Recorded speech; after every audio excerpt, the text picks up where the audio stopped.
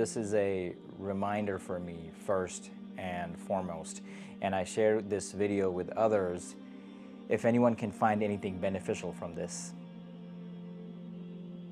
I find it hard sometimes to visit my father at the nursing home.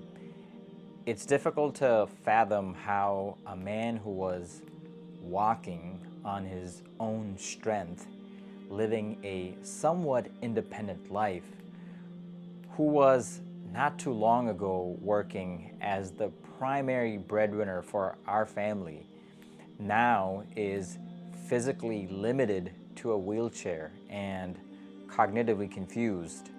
And I have to remind myself many times that our roles have reversed, and my father has now become a child with his limitations. But this reality should not come to me as a surprise. If we extend anyone's life, we reverse his development. Will they not then understand?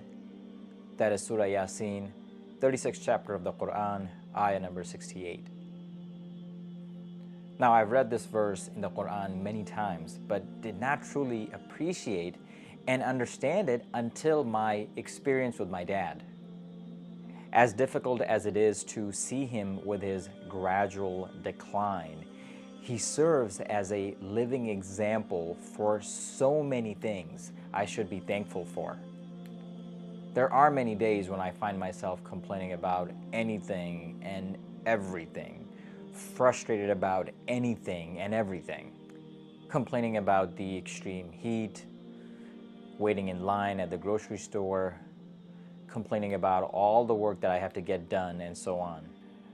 But during my weekly visits, when I see my dad unable to simply itch his back whenever he wants, hoping for someone at some point will be able to help him relieve his back itch, I cannot help but realize that all my complaints that I have about work or long waiting in line, etc., are petty, and how much of a blessing it is for me to have the physical ability just to itch my own back on my own will at any time that I want, rather than be at the mercy of others. It is a reminder for me to be in a state of gratitude rather than being a complainer. Now, Dr. Hamza Yusuf has some remarkable talks about gratitude, and in one of his talks, he mentioned about Aristotle Onassis, one of the wealthiest and famous man in the 1960s. He was known as a tycoon in the shipping industry, a man with so much wealth, yet at one point in his life, he developed an illness so that just to see, he had to have his eye be taped open. He was not able to blink his eye automatically like many of us are able to. And at one point, he was willing to give away half of his wealth so he can blink his eyelids and see effortlessly.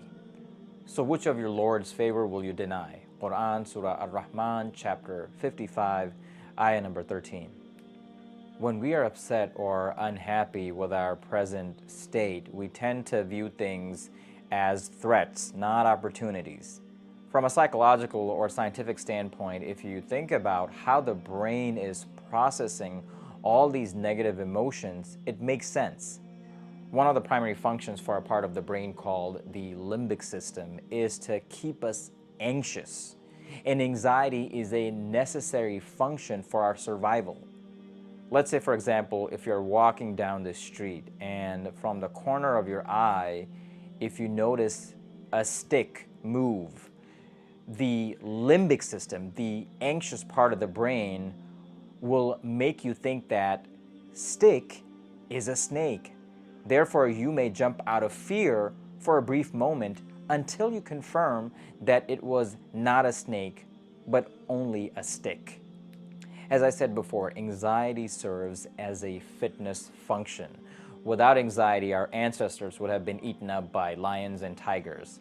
So as long as we're living and breathing and alive, anxiety will be with us, and that is a healthy sign because our limbic system The amygdala, specifically within the limbic system, is doing its job. Although many times this limbic system, or specifically the amygdala, the anxiety part of the brain, puts irrational or out of proportion fear and anxiety in our mind, leading us to complain or be in a state of ingratitude, being irritable.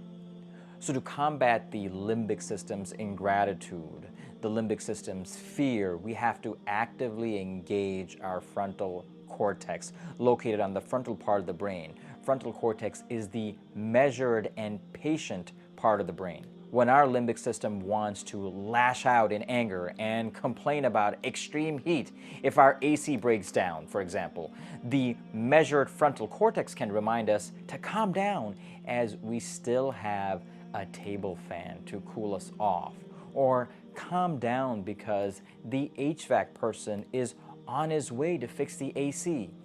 Stay in a state of gratitude. It is the frontal cortex that can remind us that things could be a lot worse. Instead of dealing with some heat due to a broken AC, our house could be on fire, and that is not the kind of heat one wants to deal with. As a Muslim, for me, being engaged in constant gratitude to the Almighty is absolutely essential for the development of my spiritual and mental health. One of the words mentioned in the Quran in regards to gratitude is the Arabic word Alhamdulillah, meaning all praise and gratitude is for Allah, a way for a Muslim to express his or her gratitude to God. If it's too hot, we say Alhamdulillah, thank God we have the shade of a tree. If it's raining and cloudy all day, Alhamdulillah, thank God we're getting the rain so we won't go in a drought. If I missed my flight or my flight is delayed, Alhamdulillah, thank God for missing that plane flight, as it could have saved me from an accident. Being able to wake up, breathe, and get to live another day is a gift. And for that I say, Alhamdulillah.